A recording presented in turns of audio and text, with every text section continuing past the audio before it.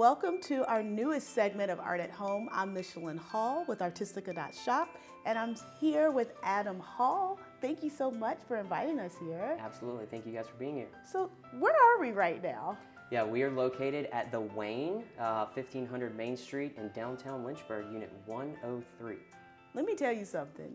This space right now, so phenomenal. And I say this because the outside, while it's very contemporary, bright and colorful, still didn't prepare me for what I walked into. So tell me about like when you first came in here, before you brought anything, before you hauled one thing, what was your thoughts and what was your inspiration that you wanted to create in the space?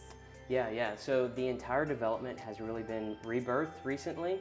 And this unit specifically has all the bells and whistles, and it paired that with walking in and seeing the view and just the uniqueness of this space. Immediately we were sold and we wanted to be a part of what was going on here.